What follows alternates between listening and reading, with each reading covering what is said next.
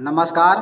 आप सभी प्रशिक्षुओं का Sai college of teachers training उनामा के इस ऑनलाइन क्लास में स्वागत है। आज के क्लास में हम बात करने वाले हैं डीएलएड सेकेंड ईयर के पेपर कोड S5 के यूनिट 1 से। जैसा कि आप सभी को ज्ञात होगा, डीएलएड सेकेंड ईयर के पेपर कोड S5 के यूनिट 1 में आप सभी को पढ़ना है शारीरिक शिक्षा की समझ। तो शारीरिक शिक्षा की समझ को आज के क्लास के इस वीडियो में हम बात करेंगे और साथ ही साथ हम जानेंगे नीड फॉर फिजिकल एजुकेशन के बारे में। यानी कि दो चीज़ों पर हम बात करने वाले हैं, अंडरस्टैंडिंग ऑफ फिजिकल एजुकेशन और नीड फॉर फिजिकल एजुकेशन। तो आज के क्लास का आपका दो टॉपिक है। पहला आपका है शारीरिक शिक्षा की समझ और दूसरा आपका है शारीरिक शिक्षा की आवश्यकता, यानी कि नीड फॉर फिजिकल एजुकेशन। तो इन दो टॉपिकों के बारे में, इन दो विषयों पर हम आज के क्लास में, आज के वीडियो में चर्चा करेंगे, बात करेंगे। तो चलिए सबसे पहले आप हेडिंग लिखिए। जो आपका पहला जो टॉपिक है यानी कि अंडरस्टैंडिंग ऑफ फिजिकल एजुकेशन, आप सब हेडिंग दे दीजिए, अंडरस्टैंडिंग ऑफ फिजिकल एजुकेशन, यानी कि शारीरिक शिक्षा की समझ। शारीरिक शिक्षा होता क्या है, फिजिकल एजुकेशन किसे कहते हैं? यदि इसे हम परिभाषित करना चाहें, इसकी परिभाषा तो एक बहुत ही आसान परिभाषा है जिसे आप सभी याद भी रख सकते हैं। और वो परिभाषा यह है कि शारीरिक शिक्षा शिक्षा का वह अंग है जो शारीरिक कार्यक्रमों द्वारा दी जाती है। यह शिक्षा से विभिन्न क्षेत्र नहीं है, यानी कि शिक्षा से अलग क्षेत्र नहीं है। क्या है? फिजिकल एजुकेशन जो है आपके एजुकेशन का ही एक पार्ट है।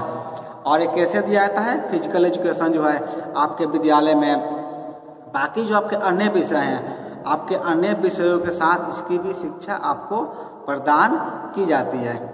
ये तो एक सिंपल डिफिनीशन था। एक और हम डिफिनीशन की बात करते हैं, परिभाषा की बात करते हैं, वो आप सभी लिखेंगे उसमें कि शारीरिक शिक्षा जो है शिक्षा के कार्यक्रम का वह भाग है जिसमें शारीरिक कार्यक्रमों द्वारा बच्चों को विकसित तथा सुशिक्षित किया जाता है।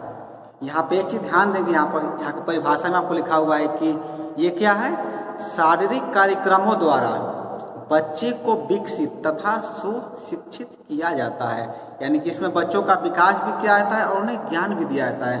यह जो आगे इसमें लिखेंगे, यह शारीरिक कार्यक्रमों द्वारा संपूर्ण बच्चे की शिक्षा है। शारीरिक कार्यक्रम साधन है और उन्हें इस प्रकार चुनकर कराया जाता है कि इनका प्रभाव बच्चों के संपूर्ण जीवन पर पड़े, जिसमें शारीरिक, मानसिक, भावनात्मक तथा नैतिक सभी अंग सम्मिलित होने चाहिए, या सभी अंग सम्मिलित हों। यानी आप क्या समझे? फिजिकल एजुकेशन क्या है? फिजिकल एजुकेशन या फिर शारीरिक शिक्षा आपके एजुकेशन कार्यक्रम का, एजुकेशन प्रोग्राम का वह भाग है जिसमें किसी बच्चे को उसका जो विकास है उसको विकसित किया जाता है और साथ ही साथ उसे शिक्षित भी किया जाता है। यानी कि आप अपने शरीर को कैसे स्वस्थ रखेंगे, स्वस्थ रखने के नियम क्या है, इन सभी के बारे में आपको जो है शारीरिक शिक्षा के अंतर्गत बताया जाता है। और इसके साथ ही साथ आपका शरीर कैसा स्वस्थ रहे, आप मानसिक रूप से कितने स्वस्थ हैं तथा भावनात्मक रूप से भी आप कितने स्वस्थ हैं, तथा नैतिक यानी कि मोरल, आप मोरलिटी रूप से, नैतिक रूप से कितने स्वस्थ हैं, इसके बारे में जो है क्या किया जाता है, इसके बारे में बताया जाता है आपके फिजिकल एजुकेशन में। यदि हम दोनों परिभाषाओं की बात करें, जैसे कि मैंने दो परिभाषा भी दिया, ये दोनों परिभाषाओं पर हम गौर करते हैं, बात करते हैं, तो हमें पता चलता है कि शारीरिक शिक्षा का लक्ष्य केवल शारीरिक विकास नहीं होता है। इसे आप चाहें तो बिंदु वाइज भी लिख सकते हैं ताकि आप नोट्स भी बनाते चलेंगे साथ साथ। आप लिखेंगे उपरोक्त तो दोनों परिभाषाओं से सिद्ध होता है कि, उसके बाद आप क्या करेंगे, नंबर पॉइंट दे देंगे, नंबर 1। और नंबर 1 में आप सभी लिखेंगे कि शारीरिक शिक्षा का लक्ष्य केवल शरीर का विकास नहीं होता है। बहुत लोग को ये लगता होगा कि फिजिकल एजुकेशन से केवल हमारे शरीर का विकास होता है, लेकिन ऐसा नहीं है। हमने पिछले परिभाषा में क्या जाना था? हमने ये देखा था कि शारीरिक शिक्षा से, यानी कि फिजिकल एजुकेशन से शारीरिक विकास तो होता ही है, साथ ही साथ मानसिक, भावनात्मक तथा नैतिक सभी अंग जो हैं विकसित होते हैं, सभी अंग इसमें सम्मिलित होते हैं। तो पहला में आप लिखिए कि शारीरिक शिक्षा का लक्ष्य केवल शरीर का विकास नहीं होता है। चलिए इसके बाद आप लिखेंगे सेकंड नंबर पर, दूसरे में आप लिखिए कि शारीरिक शिक्षा साधारण शिक्षा का एक भाग है, इससे भिन्न नहीं है, यानी कि इससे अलग नहीं है।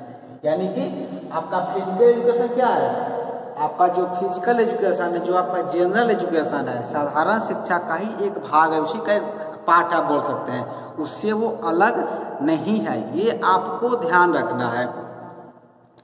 बहुत लोग को ये लगता है कि फिजिकल एजुकेशन जो है, जो हमारी पारंपरिक शिक्षा पद्धति, जो हमारा ट्रेडिशनल एजुकेशन सिस्टम है, उससे अलग है, लेकिन अलग नहीं होता, वो भी उसका एक भाग है। तो आप दूसरे में लिखेंगे कि शारीरिक शिक्षा जो है साधारण शिक्षा का एक भाग है, उससे वो अलग नहीं है, यानी उससे वो भिन्न नहीं है। चलिए इसके बाद आप लिखिए तीसरे बिंदु में, तीसरा पॉइंट में आप लिखेंगे शारीरिक शिक्षा का लक्ष्य साधारण शिक्षा की तरह संपूर्ण व्यक्तित्व का विकास करना होता है। यानी शिक्षा का उद्देश्य क्या होता है, शिक्षा का उद्देश्य यह होता है कि आपका विकास करना। उसी तरह जो है शारीरिक शिक्षा का लक्ष्य भी साधारण शिक्षा की तरह संपूर्ण व्यक्तित्व का विकास करना होता है। ये आप लिखेंगे तीसरे बिंदु में। तीसरा के बाद देखिए आप चौथे बिंदु में, चौथा में आप सभी को लिखना है कि शारीरिक शिक्षा के कार्यक्रम केवल साधन मात्र हैं, लक्ष्य नहीं, यानी कि एम नहीं। यानी कि आप क्या समझे, शारीरिक शिक्षा जो कार्यक्रम होता है, यानी कि फिजिकल एजुकेशन का जो कार्यक्रम हम विद्यालय में या महाविद्यालय में ऑर्गेनाइज करते हैं या कहीं भी किसी सामाजिक संस्था के द्वारा आयोजित किया जाता है, तो वो बस एक साधन होते हैं, वो लक्ष्य नहीं है कि हम कार्यक्रम आयोजित कर दिए तो मेरा लक्ष्य की प्राप्ति हो गई। लक्ष्य की प्राप्ति तब होगी जब आप उसे नियमित अपने डेली लाइफ में शामिल करेंगे। तो आप लिखेंगे चौथे पॉइंट में कि शारीरिक शिक्षा के कार्यक्रम केवल साधन मात्र होते हैं, लक्ष्य नहीं होते हैं। चलिए कंटिन्यू लिख लीजिए पांचवें बिंदु में, नंबर 5 में आप लिखेंगे कार्यक्रम साधन होने के कारण अपेक्षित प्रभाव की दृष्टि से चुने जाने चाहिए। 5 में लिखिए कार्यक्रम साधन होने के कारण अपेक्षित प्रभाव की दृष्टि से चुने जाने चाहिए। यानी इसका अर्थ क्या हुआ, कार्यक्रम क्या है, शारीरिक शिक्षा कार्यक्रम एक साधन है, इसीलिए इसका प्रभाव जो है आपको उस कार्यक्रम का आयोजन करना चाहिए, क्योंकि ये साधन का काम करता है। आप सभी को याद होगा डीएलएड फर्स्ट ईयर में आप सबको मैंने पढ़ा था साधन और साध्य के बारे में। साधन यानी कि वो रास्ता जिस पर आप चल रहे हैं, और साध्य यानी कि लक्ष्य जो कि आप प्राप्त करना चाहते हैं। थोड़ा सा हम यहाँ डिस्कस कर लेते हैं इसके बारे में। जैसे कि अभी आप डीएलएड कर रहे हैं, डीएलएड क्यों कर रहे हैं आप, इसलिए कर रहे हैं क्योंकि आपको एक शिक्षक बनना है। आपका लक्ष्य क्या है, आपका एम क्या है, आपका साध्य क्या है, आपका साध्य है शिक्षक बनना, और साधन क्या है, साधन है आपका डीएलएड कोर्स करना। तो ये होता है साधन और साध्य। ठीक है, फिजिकल एजुकेशन के बारे में मुझे एक और कोटेशन याद आ रहा है जो कि जेई विलियम्स के द्वारा दिया गया, हम वो भी आपके बीच साझा करना चाहेंगे। जेई विलियम्स ने, आप चाहें तो इसे नोट आउट भी कर लीजिए, आप लिखेंगे कि जेई विलियम्स ने शारीरिक शिक्षा को परिभाषित करते हुए कहते हैं कि जेई विलियम्स का कहना है कि शारीरिक शिक्षा व्यक्ति के उन शारीरिक कार्यक्रमों को कहते हैं जिनका चुनाव उनके प्रभाव की दृष्टि से किया जाता है। यानी अभी हम कुछ पहले बात कर रहे थे कार्यक्रम के बारे में, यानी कार्यक्रम क्या होते हैं, साधन होते हैं आपके साध्य की प्राप्ति के लिए। तो यहाँ पर जेई विलियम्स का कहना है कि शारीरिक शिक्षा जो है व्यक्ति के उन शारीरिक कार्यक्रमों को कहते हैं जिनका चुनाव उनके प्रभाव की दृष्टि से किया जाता है। यदि इन परिभाषा पर हम बात करें, इन परिभाषा पर गौर करें, तो हमें दो बातों पर विशेष गौर देना चाहिए। दो बातें कौन कौन सी, आप लिखेंगे पहला में कि शारीरिक शिक्षा के सभी कार्यक्रम एक समान उपयोगी नहीं होते हैं, और इसीलिए उनके प्रभाव को दृष्टि में रखते हुए उनमें से चुनकर केवल ऐसे कार्यक्रम रखे जाने चाहिए जो व्यक्ति में सहिष्णुता, उदारता, आत्मनिर्भरता, खोज की भावना तथा स्वास्थ्य जैसे गुण पैदा कर सके। ताकि व्यक्ति एक अच्छा नागरिक बन सके। यानी कि हमें क्या करना है, हमें ऐसे कार्यक्रम आयोजन करना है, हमें इसका विशेष ध्यान रखना है कि जो भी शारीरिक शिक्षा कार्यक्रम होते हैं वो ऐसा नहीं कि सभी कार्यक्रम उपयोगी ही हो। जैसे कि ये वीडियो आप देख रहे हैं तो हो सकता है कि इस टॉपिक की आपको अनेकों लेक्चर मिल जाए, अनेकों वीडियो मिल जाए, लेकिन ऐसा कोई जरूरी नहीं कि हर वीडियो आपके लिए यूजफुल हो। यानी कि आपको हर वीडियो समझ में आ जाए ये भी कोई जरूरी नहीं है। हो सकता है कि ये वीडियो आपको समझ में आ रहा हो और मेरा ही कोई दूसरा वीडियो आपको समझ में नहीं आ रहा हो। ऐसा क्यों होता है? क्योंकि आपकी दृष्टि से वो उपयोगी नहीं होता है, या आपको लगता है कि इसमें जो बताने की शैली है, जिस तरीके से बताया गया हम उस तरीके से समझ नहीं पा रहे हैं। क्योंकि हर व्यक्ति के बताने की शैली अलग होती है और प्रत्येक व्यक्ति के समझने की शैली भी अलग होती है, और जब तक वो दोनों मिलेगा नहीं तब तक हम किसी चीज़ को समझ नहीं सकते हैं। यानी हम जो चीज़ आपको बता रहे हैं और यदि आप मेरी बातों को समझ नहीं पा रहे हैं या इसे आपको सुनने में परेशानी हो रही है तो क्या करेंगे, आप चीज़ों को समझ नहीं पाएंगे। उसी तरह क्या होता है, उसी तरह जो शारीरिक कार्यक्रम होते हैं तो ऐसा कोई जरूरी नहीं कि प्रत्येक शारीरिक कार्यक्रम जो होता है, जो फिजिकल एजुकेशन के जो प्रोग्राम होते हैं वो सभी उपयोगी ही हो सकता है कि बहुत सारे कार्यक्रम आपके लेवल का ना हो, आपके लिए उपयोगी ना हो। तो हमें क्या करना है, जब विद्यालय में हम ऐसे कार्यक्रमों का आयोजन करेंगे तो इसका विशेष हमें ध्यान रखना है कि हम ऐसे कार्यक्रम को चुने जो कि हमारे लिए उपयोगी है। और हमारे लिए कैसे उपयोगी हो, हमारे लिए सौजन्यता, उदारता, आत्मनिर्भरता, खोज की भावना तथा स्वास्थ्य जैसे गुण हमें हमारे अंदर पैदा कर सके, ताकि हम देश को एक अच्छा नागरिक भी प्रदान कर सके। यानी कि आपको क्या करना है, छोटे छोटे बच्चों को पढ़ाना है, वैसे बच्चों को पढ़ाना है जो कि आगे चल कर के देश के अच्छे नागरिक बनने वाले हैं, देश संभालने वाले हैं। तो इसलिए आपको क्या करना है, वैसे कार्यक्रमों की खोज करनी है और वैसे कार्यक्रमों का आयोजन ही अपने विद्यालय में करना है। ठीक है, चलिए दूसरा बात लिख लीजिए। दूसरा में आप लिखेंगे दूसरे बिंदु में कि कार्यक्रम जो है इस प्रकार से चलाए जाने चाहिए ताकि इनमें न केवल व्यक्ति का शारीरिक विकास हो बल्कि उसमें स्वस्थ रहने की आदतें भी पड़ जाए। यानी इसका क्या अर्थ हुआ, हमें कार्यक्रम जो है इस प्रकार चलाना चाहिए कि व्यक्ति तो उस कार्यक्रम में सम्मिलित हो, कार्यक्रम को समझे ही और साथ ही साथ उसमें स्वस्थ रहने की आदतें भी पड़ जाए। ऐसा नहीं कि अभी कार्यक्रम देखे, अभी हम मोटिवेट हो गए, फिर घर गए, फिर सब भूल गए। हमें ऐसा भी नहीं होना चाहिए। तो हमें कार्यक्रम की रूपरेखा इस प्रकार से तैयार करनी चाहिए ताकि कोई भी व्यक्ति यदि उस कार्यक्रम को देख रहा है, उस कार्यक्रम में सम्मिलित हो रहा है तो क्या कर सके, वो बेहतर तरीके से उसे समझ सके और समझने के साथ ही साथ वो अपने घर जाए, अपने वो दिनचर्या में लौटे तो उसे वो कार्य करने की आदत पड़ जाए। जैसे कि मैंने पिछले वीडियो में आपसे चर्चा किया था, जब हम योगा पढ़ा रहे थे तो मैंने कहा था कि आप सुबह में योगाभ्यास कीजिए, प्राणायाम कीजिए, समाधि लगाइए, ध्यान लगाइए। तो हो सकता है कि आपने सुना, आपने वीडियो देखा तो आपको भी लगा कि हमें करना चाहिए, लेकिन जैसे सुबह हुआ आप सोए रह गए, बिस्तर से उतरने का मन नहीं किया, या मालूम चला उठे तब तक 7 या 8 बज चुका था। तो क्या होता है, हमें अपना कार्यक्रम इस तरह से करना चाहिए कि ताकि आपके अंदर स्वस्थ रहने की आदत पड़ जाए। और ये बात भी तय है कि कोई भी मोटिवेशनल वीडियो, कोई भी प्रेरणादायक कहानी आपको प्रेरित नहीं कर सकती है जब तक कि आप स्वयं से, खुद से प्रेरित होने का प्रयास नहीं करेंगे।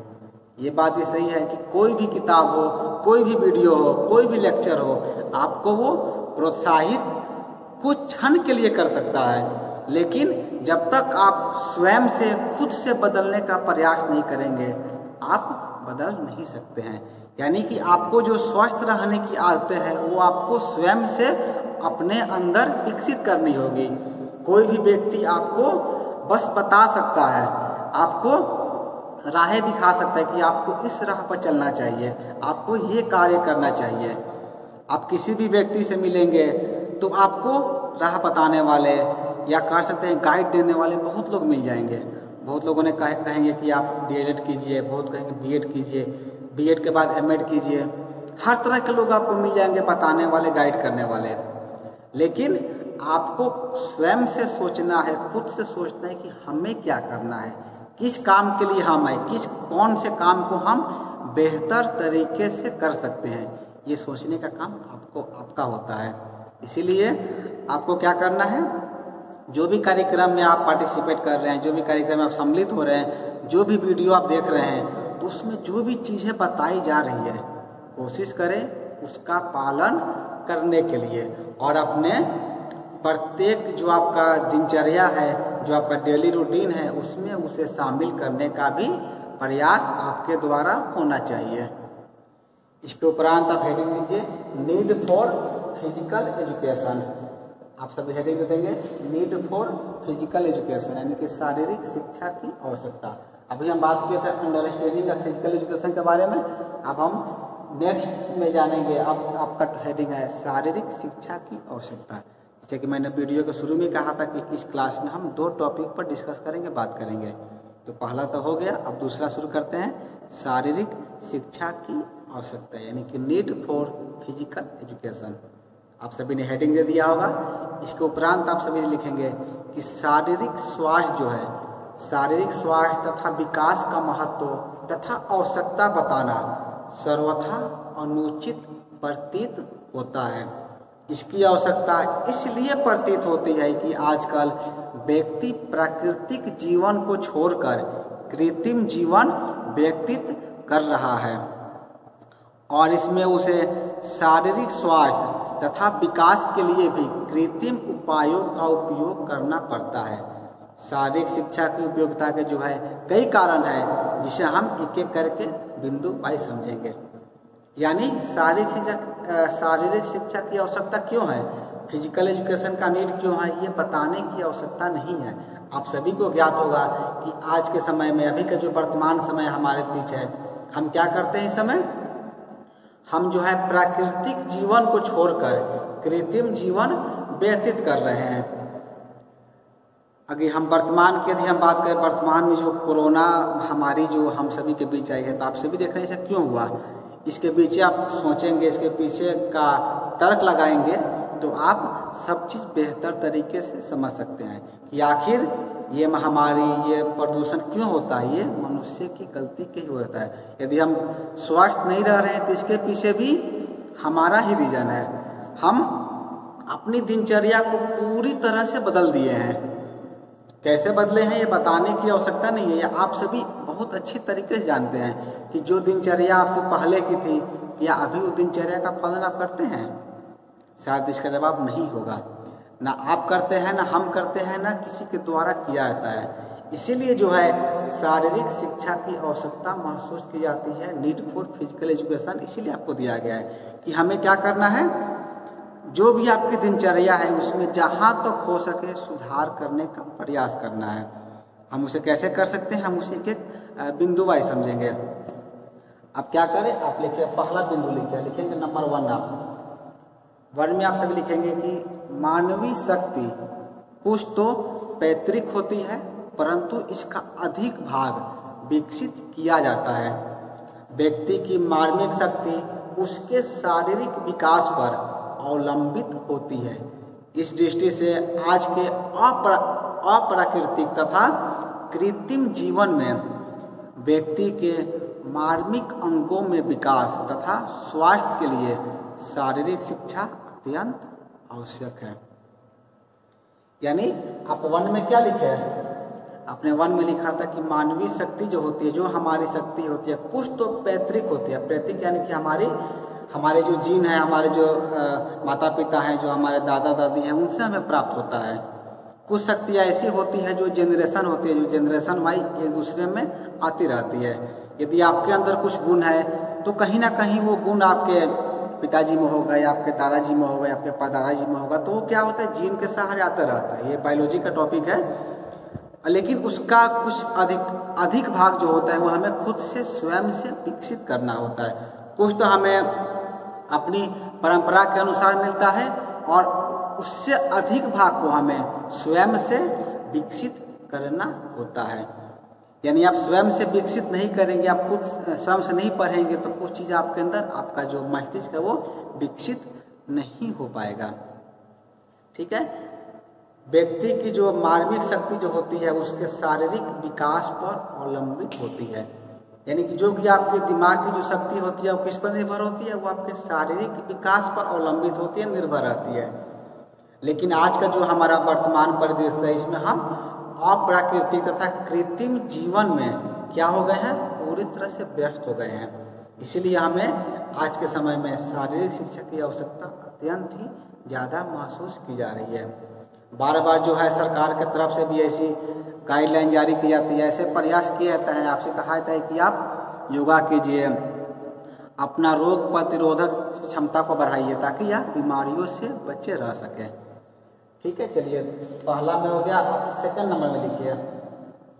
दूसरे में आप सभी को लिखना है कि समाज परिवर्तनशील है। आप लिखेंगे इसमें कि समाज परिवर्तनशील है और इस परिवर्तन ने व्यक्ति को आत्मनिर्भरता से दूर हटाकर परावलंबी बना दिया है। एक समय था कि व्यक्ति अपने जीवन में उपयोग में आने वाली सभी वस्तुओं का निर्माण स्वयं करता था और इसके लिए उसे इतना परिश्रम करना पड़ता था कि उसका स्वास्थ्य अच्छा रहता था। उस काल में व्यक्ति की शिक्षा का प्रबंध भी उसके घर में ही होता था। काल चक्र की गति से व्यक्ति घर से बाहर निकलकर समाज में सम्मिलित हुआ है। इस परिवर्तन ने उसके प्राकृतिक जीवन को सर्वथा बदल दिया है और अब उसे अपने स्वास्थ्य के लिए बनाए हुए शारीरिक कार्यक्रमों में भाग लेना आवश्यक हो गया है। यानी आप क्या समझे, हमने दूसरे बिंदु में क्या लिखा, दूसरे बिंदु में आपने लिखा कि समाज क्या होता है, परिवर्तनशील होता है। जो हमारा सोसाइटी है, जो हमारी दुनिया है, जो हमारा समाज है वो बदलते रहता है और इस परिवर्तन ने जो है व्यक्ति को क्या कर दिया है, आत्मनिर्भरता से दूर कर दिया है। यानी आप कह सकते हैं कि आत्मनिर्भरता से हटाकर आपको परावलंबी बना दिया है। यदि हम पुराने जमाने की बात करें तो आप खुद सोचिए, पहले क्या करते थे, जो भी चीज़ें हमारे उपयोग में आने की होती थी हम उसे स्वयं तैयार करते थे। यानी खेती हम खुद से करते थे, खेती से जो अनाज निकलता था अनाज को निकालते थे। यदि धान से चावल निकालना है तो हम खुद से ही ओखल में या फिर बहुत ऐसे साधन जिससे हम स्वयं से ही धान से चावल निकालते थे। गेहूं से अगर आटा बनाना हो तो हम लोग चक्की में उसे स्वयं से ही पीसते थे। यानी आप ये समझ लें कि हमें इतना कठिन परिश्रम करना पड़ता था कि हमारा स्वास्थ्य उससे ही अच्छा रहता था। लेकिन अब क्या है, अब चावल धान की बात तो छोड़ दीजिए, नॉर्मल हमें जूस भी बनाना होता है, मसाला भी पीसना है, उसके लिए हम मिक्सी का प्रयोग करते हैं। यानी कि खुद से हम कोई काम नहीं कर रहे हैं। तो चीज़ें क्या होता है, जब आप खुद से अपने शरीर को कष्ट नहीं देंगे, शरीर से मेहनत नहीं करेंगे तो क्या होगा, आपके जीवन में परेशानी तो आएगी ही। और इसीलिए जो है आज के समय में जो आपका फिजिकल एजुकेशन है उसकी आवश्यकता बहुत ज़्यादा महसूस की जा रही है, क्योंकि स्वस्थ रहने के लिए। आप सभी ने भी देखा होगा बड़े बड़े शहरों में या फिर गांव में भी सुबह सुबह लोग क्या करते हैं, दौड़ लगाते हैं। क्यों दौड़ लगाते हैं, क्योंकि स्वस्थ रहने के लिए। पहले क्या होता था, पहले लोग इतना काम ही करते थे, इतना कार्य ही करते थे कि वो दिन भर व्यस्त रहते थे। उनका जो शरीर जो है हष्ट पुष्ट रहता था, मजबूत रहता था। लेकिन अब अभी के समय में क्या है, अभी के समय में जो है कोई भी व्यक्ति जो है शारीरिक श्रम नहीं करता है, जिस वजह से उसे और भी जो शारीरिक कार्यक्रम जो तैयार किए जाते हैं, जो हेल्थ एजुकेशन कार्यक्रम होता है उसमें उसे भाग लेना होता है, तभी जाकर के व्यक्ति जो है स्वस्थ रह सकता है। इसके बाद लिखिए आप तीसरे बिंदु में, थर्ड में आपको लिखना है कि आज के विज्ञान युग में, अभी क्या है, अभी साइंस ही रहा है, विज्ञान का युग है। तो आज के विज्ञान युग में जो है ऐसे ऐसे वैज्ञानिक साधन हमारे समक्ष उपलब्ध हो चुके हैं जिससे एक व्यक्ति का शारीरिक परिश्रम जो है कम से कम होता जा रहा है और इसके साथ ही उसे अधिक से अधिक खाली समय भी मिल जाता है। इस प्रकार जो है शरीर को परिश्रम देने के लिए तथा खाली समय में व्यक्ति को कार्य में व्यस्त रखने के लिए शारीरिक शिक्षा के कार्यक्रम अत्यंत उपयोगी हो गए हैं। यानी आपने क्या समझा तीसरे बिंदु में? इसमें हमने समझा कि जो आज का जो वैज्ञानिक युग है, जो विज्ञान का युग है, इसमें बहुत सारे ऐसे साधन आ गए हैं जिसमें हमारा काम जो है, हमारा कार्य जो है बहुत जल्दी खत्म हो जाता है और हमारे पास बहुत सारा खाली समय बच जाता है। तो उस खाली समय को प्रयोग करने के लिए, उसका यूज करने के लिए हम क्या कर सकते हैं? शारीरिक शिक्षा के कार्यक्रम में सम्मिलित हो सकते हैं, शारीरिक शिक्षा कार्यक्रम में भाग ले सकते हैं। इसके बाद देखिए आप चौथे बिंदु में, ये चौथा और अंतिम बिंदु है, इसमें आप सभी को लिखना है कि एक समय था जब शिक्षा का अर्थ केवल मानसिक विकास समझा जाता था। यानी कि जब आप पुराने समय में जाते हैं तब एजुकेशन का मीनिंग क्या समझा जाता था? एजुकेशन का अर्थ होता था केवल मानसिक विकास, यानी कि आपका मानसिक विकास हो जाए, आप शिक्षित हो गए हैं। परंतु अब वह विचार जो है क्या होता है? पुष्ट होता जा रहा है। शिक्षा से जो है संपूर्ण व्यक्ति का विकास होता है। इस विचारधारा के प्रभाव स्वरूप व्यक्ति के खेल कूद तथा मनोविनोद उसके जीवन के आवश्यक अंग समझे जाते हैं। इसके लिए जो है शारीरिक शिक्षा अत्यंत ही उपयोगी है, अत्यंत ही कारगर है। यानी कि आप एक समझ सकते हैं कि जो शिक्षा का जो अर्थ था, शिक्षा का जो मीनिंग था, वो बदल चुका है।